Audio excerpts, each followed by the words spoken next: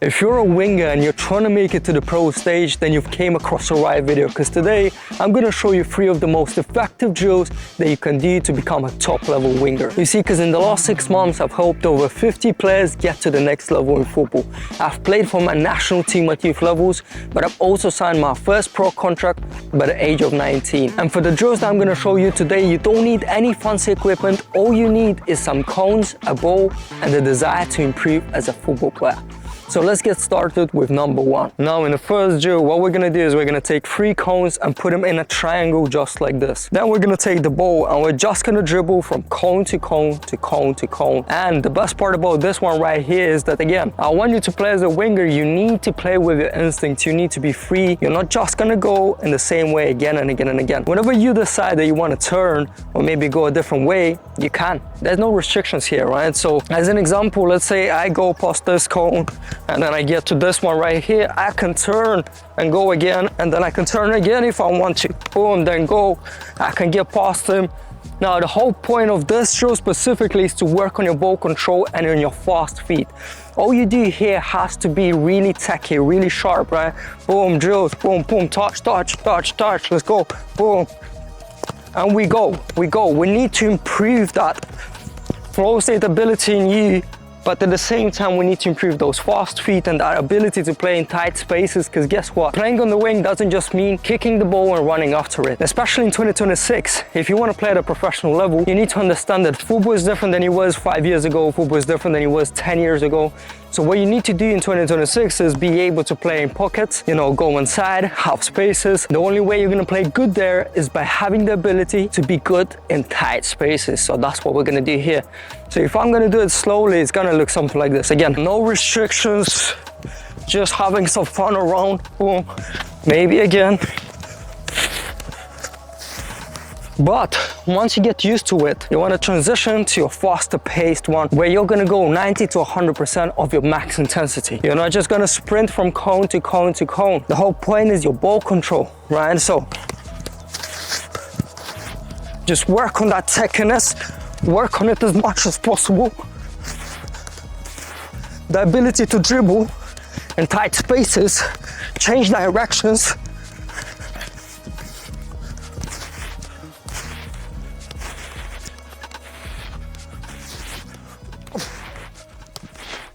As much as possible. So let's move on to the second drill. Now in the second drill, as a winger, of course, what you're going to practice is your one-on-one ability. So as you can see right here, I've taken 2 cones and I've put them like it's the legs of a defender, right? So let's imagine this is the defender that I have to beat in order to advance going forward. Whether it's cutting inside, whether it's going down the line, I still have to beat him. And the best part about this drill specifically, you ain't got many restrictions. Listen, I want you to genuinely experiment, have fun with it, do as many skills as you can. But my personal opinion is that you shouldn't do 20 skills. You shouldn't even do 10 skills. What you should do is focus on 3 to 5 and just master them completely. Because remember, the man that has practiced one single kick 1,000 times is much more powerful than the man that has practiced 1,000 different kicks one time. If you can just pick a couple and just stick with them for a long period of time, then guess what? You're gonna do them so good and so believable that every single time you're gonna try to get past your defender, he might know what you're gonna do, but he's still gonna struggle to defend you. Just like Arjen Robben, just like Lionel Messi, everyone knows what they're gonna do. Nobody can stop them, right? So again, you can actually practice different scenarios of this one. What I like to do is start with, you know, a bigger distance, start with the ones where I have in stride, right? And let's imagine this is the left back, I'm the right winger, this is the line, and I'm, you know, dribbling at him, cutting inside. Or I could be going down the line as well, right? So the whole point is me driving at him with speed, right? Just getting used to this, boom, and go. But then what you can actually do is, you know, stay here. So imagine that in a real game, someone passes me the ball, let's say in the air, I stop it here, the defender's in front of me. I have to get past them. However, I don't have any speed. I didn't take any speed. So now I need to take him by literally exploding in the first step. So I'm gonna be here, probably doing something like this, you know, boom, just boom, go. Practice these as well, because this is one of the most common situations where a lot of wingers struggle in games, because it's harder to produce that power when you didn't take any speed before, right? It's harder now. I have to produce a lot of force now here and explode past them. But you can do it. You can see guys like Neymar, they do it extremely well. Eden Hazard, guys like this can do it every single time. And there's a reason behind it, because they have practiced it thousands of times before. If you see right here, there's 2 cones. So this is his megs as well. So I can meg him as well in a real game. So it'll be like this, boom, boom, meg him and go. Listen, have fun with it, man. There's no restrictions. You can do anything that you want to do. Boom. But there's one rule to this. The rule is that you cannot dribble past them at 30%. Listen, stop doing that. 30% training, 20% training. It ain't helping you become a better player. As a winger, if you want to get to the pro stage, you need to do everything at high intensity. So let's go. Boom. And that's the beauty of it, because you will see how fast you will start to literally become and dominate one-on-ones on the pitch. Let's move on to the second drill. Now, the third drill on this list is of course gonna be something that you guys already know. You know that I'm doing this every single time I'm training as a winger, and it's cutting inside and taking shots. Because listen, in 2026, as a winger, you're most of the time gonna be an inverted winger, right? You're gonna be left-footed playing on the right, or you're gonna be right-footed playing on the left. And in that case, you need to master your ability to cut inside and take shots, because first of all, it's really entertaining, right? Like, you can score goals out of nothing. You can be like guys like Messi, Michael Olise, Aaron Robben, so on and so on, guys that, you know, decide the games by quite literally dribbling 1-2 players and then taking a shot. But at the same time, you don't want to be the winger that scores 0 goals this season. You don't want to be the winger that's not effective. And you don't want to be the winger that's not dangerous, right? This ability alone will allow you to be much more dangerous than you are currently, because this will create goals out of nothing. This is exactly what we're gonna do. But listen, there's a couple key principles that you need to understand when cutting inside as a winger. You're not just gonna drive at your defender, shift it like this and then take a shot, because this way you ain't gonna get past a really good defender.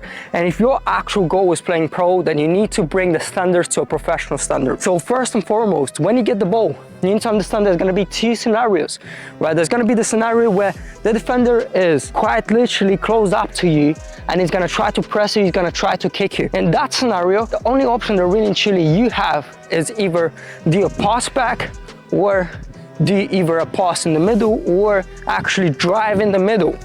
Because remember, if the defender is really close to you, then with one touch, you can literally leave him in the shadows. However, if the defender gives you a lot of space and you get on it, and now you have space to drive and actually cut inside, then you need to understand that if you're just gonna show that you go inside, he's gonna defend you really easily, and there's gonna be another player there ready to back him up. So what you need to do is genuinely sell that you're gonna go down the line, but in the end go in the middle. One of the most effective ways you can do that is by quite literally taking the touch like this, like this, like this, boom, exploding. Now, even when you do this, you need to understand that you're only gonna explode once he does a micro movement to the side, and eventually he will, because the more touches you take this way, this way, this way, now he has to commit this side, and now you're gonna do a fake movement here, boom, explode. But again, guys, there's many ways you can do it. So I want you to experiment with a couple different skills, a couple of different ways of dribbling, right? So it could be like a step over, step, go like this. It could be even something like a reverse elastico, where again, you're gonna show this way,